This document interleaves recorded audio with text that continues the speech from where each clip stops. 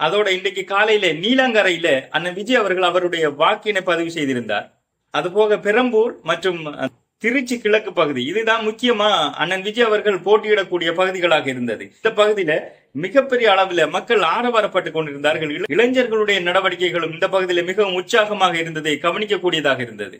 இதுல முக்கியமா கவனிக்க வேண்டிய விஷயம் என்னன்னு சொன்னா, இதுவரை காலம் இல்லாத அளவு எண்ணிக்கையில் மிகப்பெரிய அளவிலான இளைஞர்கள் விசில் சின்னத்திற்காக போட்டியிடுவதற்கும் விசில் சின்னத்திற்காக பாடுபடுவதற்கு முன் வந்து கொண்டிருப்பதை பார்ப்பது இளைஞர்களுடைய உள்ளத்தில் ஒரு அரசியல் மாற்றம் எந்த அளவு தேவையுடையதாக இருக்கின்றது என்பதை காட்டுகின்றது. அதுல இன்றைக்கு குறிப்பாக நடந்த விடயங்கள்ல நிறைய மக்களுக்கு அவங்களுடைய உரிய இடத்திற்கு போய் ஓட்டு போடக்கூடிய வாய்ப்புகள் இல்லாமல் இருந்தது. ஏனென்றால் அந்த பஸ் ஷார்டேஜ், பேருந்துகள் பல இடங்களில் பற்றாக்குறையாக இருந்தது. உதாரணமாக இந்த ஈரோடு போன்ற பகுதிகளில் வேலை செய்யக்கூடியவர்கள் உங்களுடைய பகுதிகளுக்கு சென்று ஓட் போடுவதற்கான பேருந்துகள் பற்றாக்குறையாக இருந்தது. இதனால் பயணிகள் சிறிதளவு ஆர்ப்பாட்டங்களை நடத்தி கொண்டிருப்பதை கவனிக்கக்கூடியதாக இருந்தது. இதுல ஒரு சில டிராமாக்களும் நடந்திருக்கு. என்னன்னு சொன்னா,